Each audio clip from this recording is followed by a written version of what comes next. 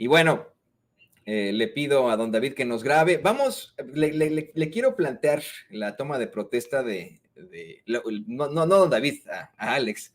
Le digo que le quiero plantear unos momentos más la toma de protesta de Salomón Jara ahí en Oaxaca, pero me estoy dando cuenta que ya se conectó a este espacio el queridísimo Ricardo Sevilla, quien no nos trae la investigación especial, así que le voy a pedir a Alex que nos grabe para primero dar la bienvenida a Ricardo Sevilla.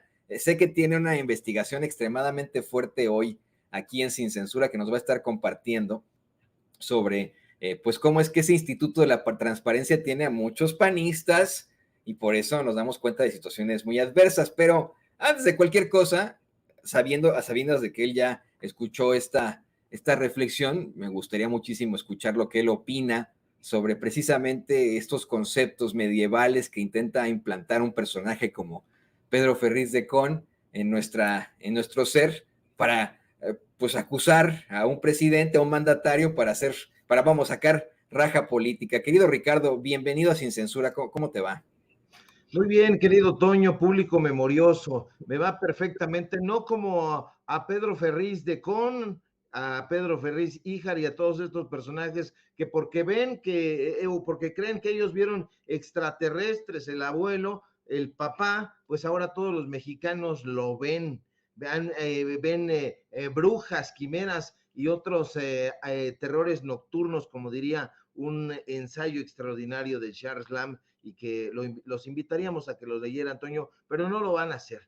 No lo van a hacer porque son personajes absolutamente retrógradas, tosudos e ignorantes, y que nos perdone el público memorioso los epítetos oprobiosos, pero estos críticos de la derecha son absolutamente recalcitrantes y bien harían antes de esgrimir estas espadas lacerantes en contra de la Cuarta Transformación, estudiar un poquito, pero diría el clásico popular, querido Toño, así son ellos. Y se entiende porque cuando vemos que sus referentes más altos son Enrique Krause, un ingeniero cuyas empresas prosperaron durante los sexenios del PAN, y Héctor Aguilar Camín, un empresario cultural que también hizo florecer sus negocios, una revista chafa y una editorial mediocre durante los últimos sexenios priistas, nos vamos a dar cuenta de que ahí se dan la mano justamente el PRI y el PAN y construyen esta cosa horripilante, este engendro que se llama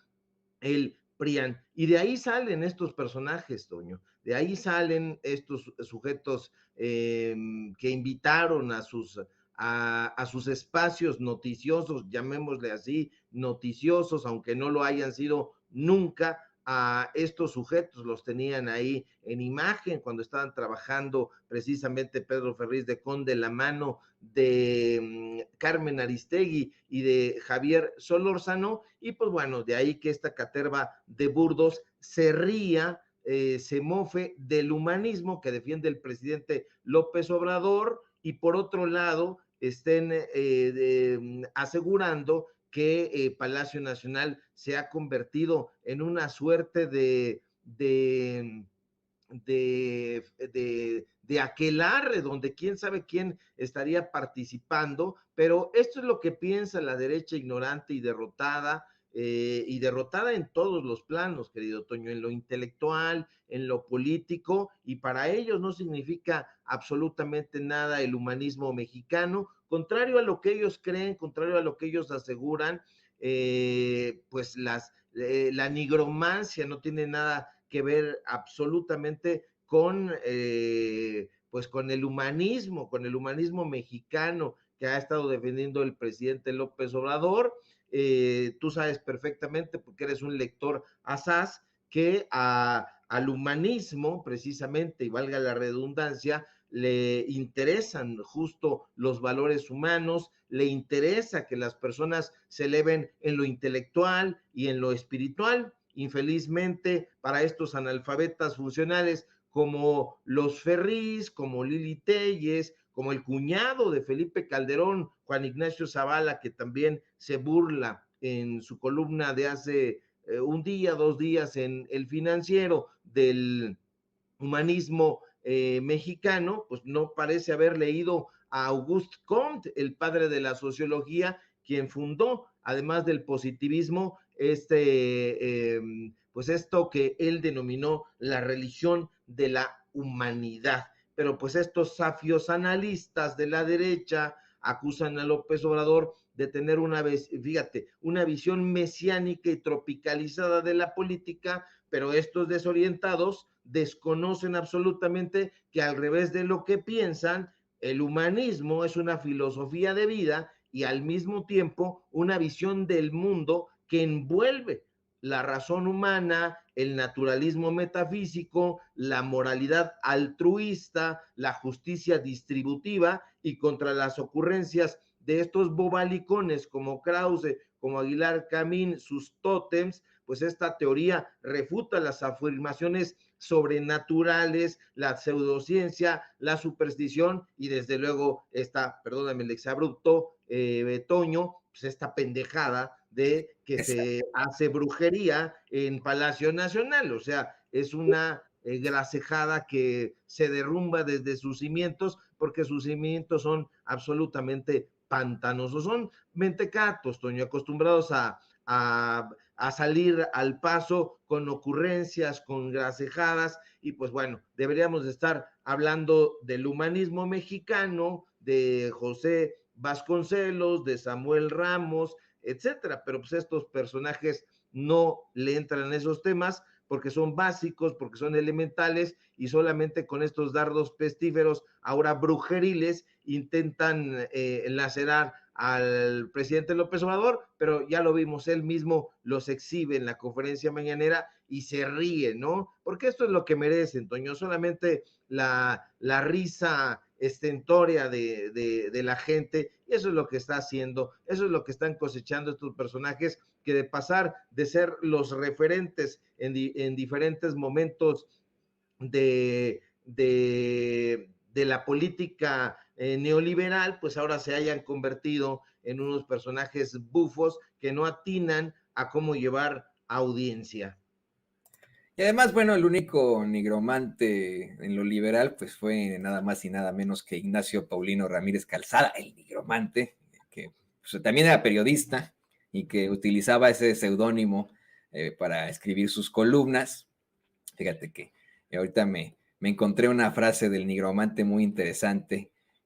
Nunca hay nada excesivo cuando se trata de servir bien a su país. Ájale, jale. Así, bueno, él era uno de esos grandes pensadores de aquel entonces y como siempre, bueno, se ha querido relacionar a todo lo liberal con lo malvado. De hecho, le voy a pedir a Alex que nos grabe, antes de que vayamos con tu investigación, para que nos des tu opinión. Le voy a pedir a Alex que nos grabe, Ricardo, porque creo que es la intención absoluta del conservadurismo. Ya deja tú la ultraderecha en estos momentos, ha sido siempre el argumento del conservadurismo, el querer satanizar a todo lo que tenga que ver con lo liberal, ¿no? A los ilustradores también los veían como satanistas, por ejemplo, a Hidalgo lo veían como un verdadero malvado, apóstata, ¿no? También terrible, ¿no? Siempre se buscó generar algún tipo de comparación con lo infernal, a todo lo que tenga que ver con el liberalismo, cuando en la realidad los verdaderos infernales, en medio de una absurda hipocresía,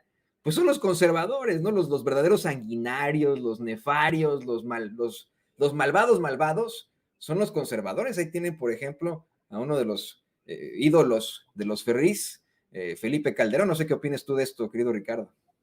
Sí, por supuesto. Tienes toda la razón cuando dices que los conservadores han sido los personajes sanguinarios, y te asiste la verdad, porque desde hace muchísimo tiempo hay que recordar que lo noveló Halfstone, por ejemplo, en la letra Escarlata.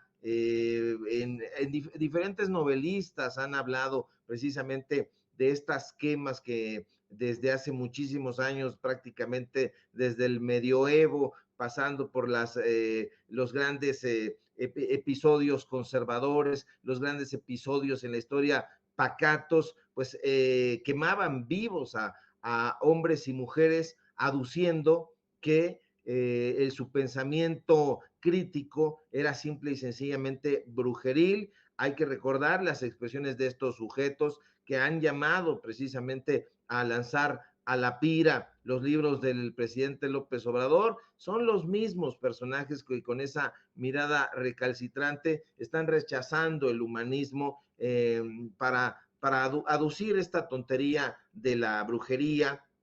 Y pues bueno, lo mismo decían del nigromante, que en efecto de los liberales, pues era quien se apodaba así, un poco como para provocar, porque fue un provocador nato. Y bueno, pues hay que recordar a Alfonso Reyes, que decía que el humanismo era poner al servicio del hombre todo nuestro saber y todas nuestras actividades, de modo que debemos ejercer en el suelo de la libertad esta teoría que esgrimió Alfonso Reyes, quizá el más humanista de los escritores, pero querido Toño, público memorioso, infelizmente el humanismo no es apto para tontos ni para neoliberales.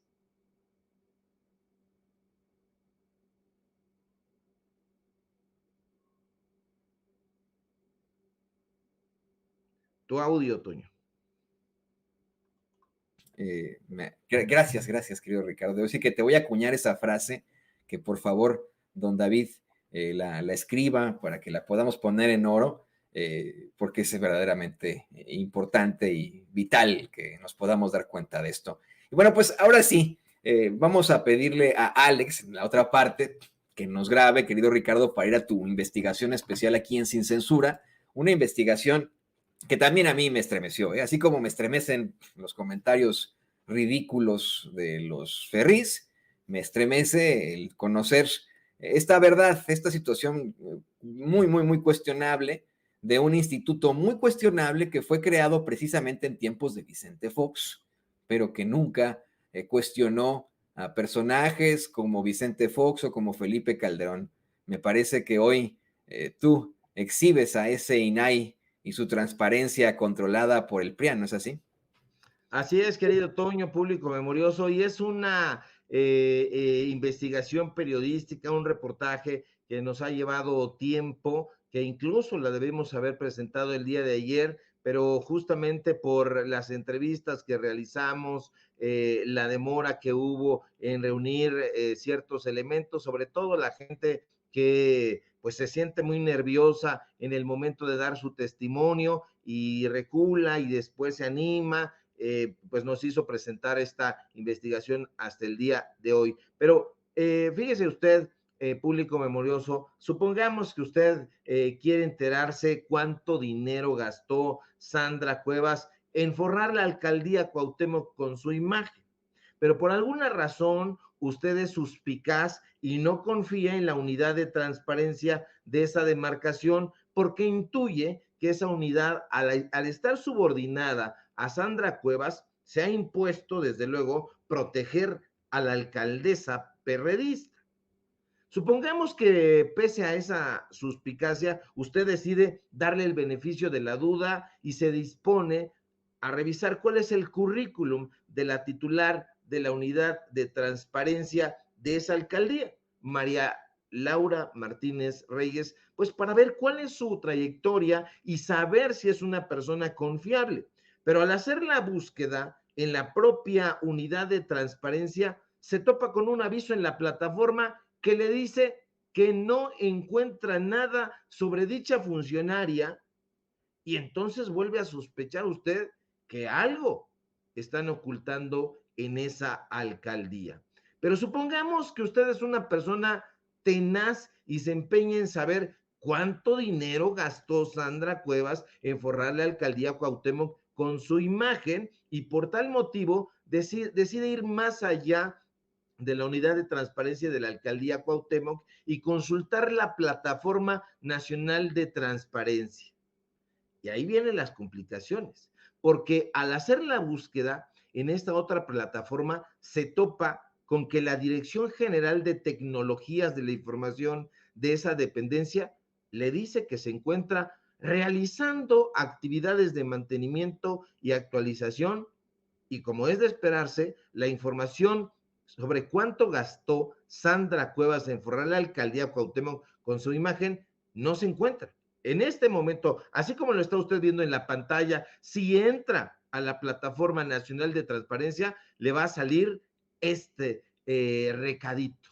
Este que está viendo, que dice la Dirección General de Tecnologías de la Información, se encuentra realizando actividades de mantenimiento y actualización de la Plataforma Nacional de Transparencia. Agradecemos su comprensión y ahí firman estos personajes, el director general de tecnologías y la directora de sistemas. Así se la sacan.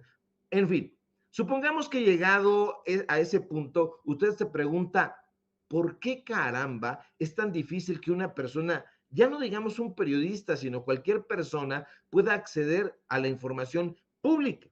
Quizá usted ha leído y sabe que el acceso a la información pública es el derecho de toda persona a solicitar gratuitamente la información generada, administrada o en posesión de las autoridades públicas, quienes tienen la obligación de entregarla sin que la persona necesite acreditar interés alguno ni justificar su uso.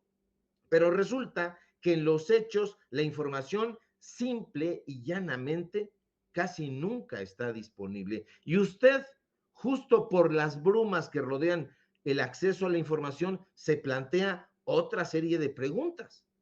¿Será que la información no está disponible o alguien está interesado en no darla a conocer? Y de ser el caso, se pregunta, ¿por qué intentarían esconder la información? ¿Será que el acceso a la información pública está en manos de grupos o personas que tienen otros intereses distintos a la transparencia y a la rendición de cuentas? Y entonces es cuando usted decide averiguar qué es exactamente el Instituto Nacional de Transparencia, Acceso a la Información y Protección de Datos Personales. Y sin ir más lejos, busca en su página de internet y se entera de que al menos en teoría esa dependencia dice ser el organismo constitucional autónomo garante del cumplimiento de los derechos fundamentales, el de acceso a la información pública y el de protección de datos personales, así como lo está usted viendo ahora mismo en su pantalla. Así se la sacan en lo general, pero la definición, lejos de darnos claridad, nos ofrece más dudas. Y usted, ¿qué suspicaz? Se pregunta, ¿por qué si el INAI dice ser el garante de cualquier persona, de que cualquier persona pueda acceder a la información pública y enterarse, por ejemplo, cuánto dinero gastó Sandra Cuevas en forrar la alcaldía Cuauhtémoc con su imagen? Sencillamente no hay forma de llegar a esa información. ¿Por qué? Por una suerte de enigma, el sistema siempre se cae. ¿Por qué? Por alguna suerte de mala fortuna o digamos como Pedro Ferriz, por algún asunto brujeril, siempre que intentamos acceder a cierto tipo de información, por ejemplo, ¿quién conforma el cuerpo directivo del INAI? El servidor siempre nos marca error. Eso puede parecer algo que simple y sencillamente pues pudiera parecer algo misterioso. Pero la respuesta a varias de estas interrogantes, Toño, público memorioso, nos la ofreció precisamente un grupo de trabajadores que están actualmente en el INAI. No vamos a decir dónde ni en qué área, porque ese fue el requisito de que accedieran a conversar con nosotros en esta serie de entrevistas exclusiva para Sin Censura. Nos confesaron que están hartos de callar, porque ese supuesto órgano constitucional autónomo que desde que fue ya constituido, que aunque es cierto esto que mencionas, fue fundado como IFAI en épocas de Fox, fue constituido ya como INAI en mayo de 2014 durante el sexenio de Enrique Peña Nieto, ha estado manejado por la derecha y específicamente por dos partidos políticos y el PRI y el PAN. Pero fíjese, aquí como no nos gustan las inferencias sino los datos duros, de acuerdo con esta versión, Jimena Puente de la Mora, quien fuera la primera presidenta del Instituto Nacional de Transparencia, durante el periodo 2014-2017, además de ser columnista de dos periódicos conservadores, El Universal y El Financiero, siempre ha servido a los intereses del PRI. Y al revisar su currículum, en efecto, nos damos cuenta de que Jimena Puente de la Mora, al salir del INAI, se fue a ocupar, como le está usted viendo en este preciso momento en su pantalla, del 1 de septiembre del 2018 al 31 de agosto de 2021, es decir, en el sexenio del PRI de Enrique Peña Nieto, una curul como diputada. ¿Y de qué partido cree usted? No se lo tengo que platicar, lo está viendo del PRI. Ahí está, lo ve. Pero ¿quién cree usted que fue el antecesor de Jimena Puente de la Mora cuando justo fue la transición del IFAI al INAI? Un personaje panista egresado de la Escuela Libre de Derecho, Gerardo Laveaga, quien entre 2013 y 2014 fue comisionado presidente de ese organismo que siempre se ha presumido autónomo. ¿Y sabe usted quién propuso a Gerardo de Laveaga? Lo está viendo en su pantalla ahora mismo. Nada más ni nada menos que otro egresado de la Escuela Libre de Derecho, el entonces presidente Felipe Calderón. Ahí está usted viendo el tuit en su momento de gobernación. Propone el presidente Felipe Calderón a Gerardo Laveaga como comisionado del IFAI. Ahora, cabe recordar que Gerardo Felipe Laveaga Rendón siempre fue un acérrimo defensor del calderonismo y de hecho durante su gestión como comisionado del entonces IFAI, votó contra transparentar la masacre de San Fernando y las condonaciones fiscales del Servicio de Administración Tributaria. Laveaga, a quien está usted viendo en su pantalla, y hay a un lado Calderón, desde luego, también defendió a Calderón ante acusaciones de delitos de lesa humanidad en la Corte Internacional de Justicia de la Haya. Pero ahí viene una cosa súper delirante, perdóneme el exabrupto, muy cabrona. Toño, ¿sabes qué? ¿Sabes qué le pareció una buena idea a alguien? Nombrar a Gerardo Laveaga como titular de la Unidad de Transparencia y Enlace con el Sistema Nacional Anticorrupción de la Secretaría de la Función Pública. ¿Pero qué crees, Toño? No fue en el sexenio de Calderón, ni en el sexenio de Peña Nieto. No, en este sexenio, en el sexenio de López Obrador, en la administración de la Cuarta Transformación, Gerardo Laveaga, el calderonista, es el titular de la Unidad de Transparencia y Enlace con el Sistema Nacional Anticorrupción. Lo está usted viendo en este momento. Y Laveaga, de acuerdo con fuentes que accedieron a conversar con nosotros, fue colocado en ese puesto por el titular de la dependencia, Roberto Salcedo Aquino. Y ahí está Gerardo Laveaga, el calderonista recalcitrante, el sujeto que siempre se ha presumido como el tutor del grupo de escritores autodenominado La Generación del Crack, encabezados por Jorge Volpi, ahora tiene en sus manos la decisión de transparentar o no investigaciones contra la corrupción. Pero Laveaga, público memorioso, no es el único personaje de la oposición que está trabajando como una suerte de polizonte en el barco de la Cuarta Transformación. No.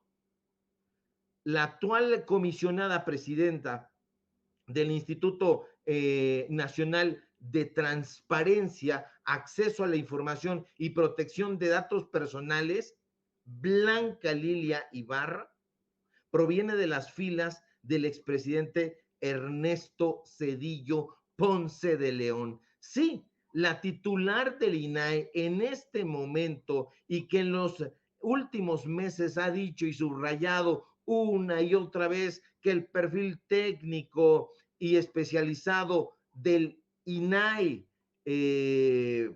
no es político, nunca lo ha sido, dice ella, pues resulta que fue directora de medios estatales en la presidencia de la República de 1997 a 2000, sí, justo en el sexenio del priista Ernesto Zedillo. La flamante titular del INAI en este momento, que hoy tiene a la Plataforma Nacional de Transparencia sin funcionar, también fue presidenta de la Comisión de Transparencia del Ayuntamiento de Puebla, gobernado por ¿quién cree usted?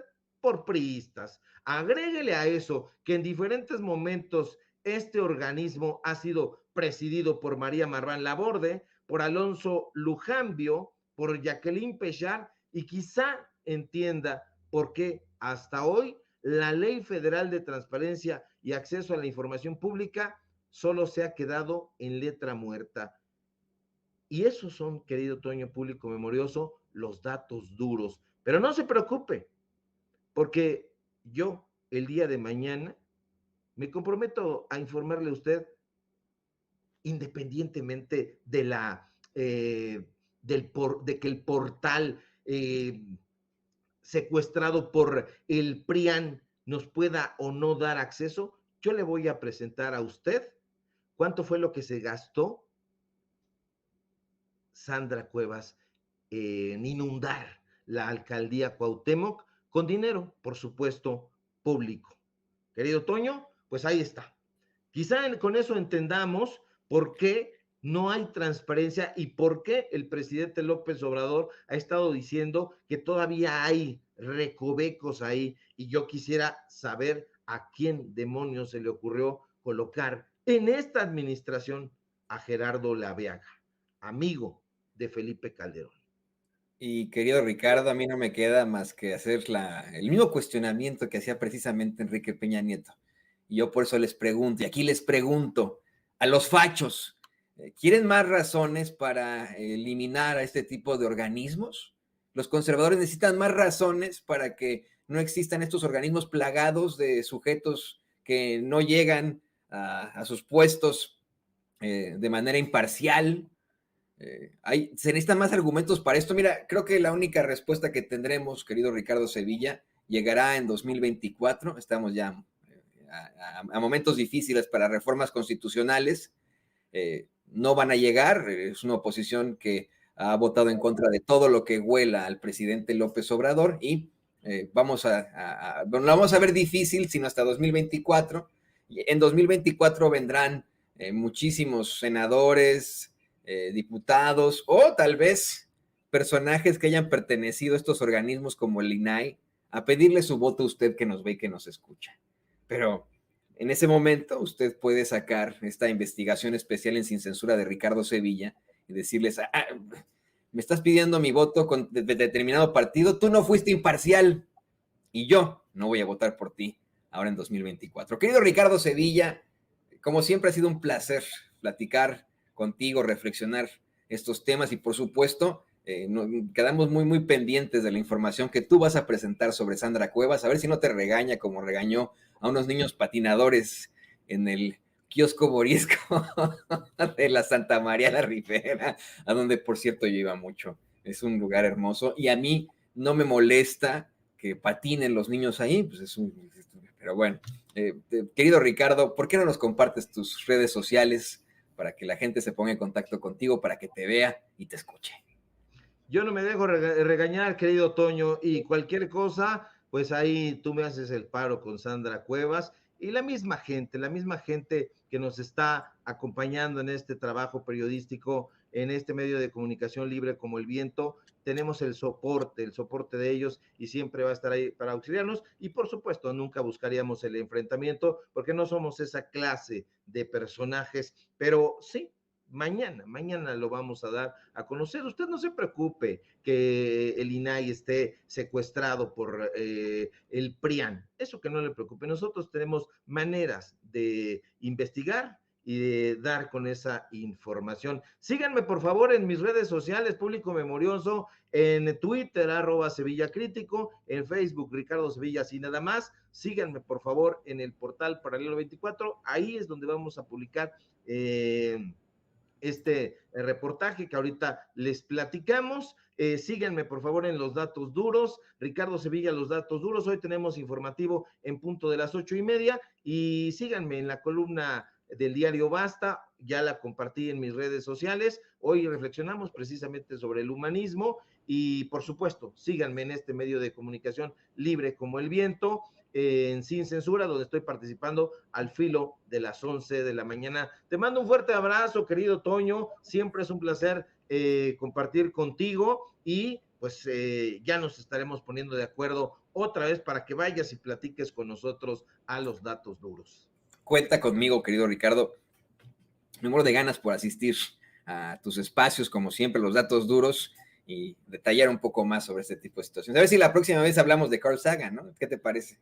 Me parece fantástico, me vas a poner a leerlo a profundidad, porque yo solamente he leído muy poco a Carl Sagan, Los demonios del Edén y algún otro que ya no me acuerdo, pero pues voy a meterme para poder estar charlando dignamente contigo, que eres un conocedor de Sagan.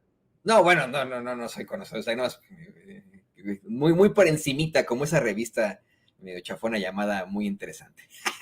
Pero bueno, ahí te dejo, amigo. Muchas gracias, como siempre, por unirte aquí a esta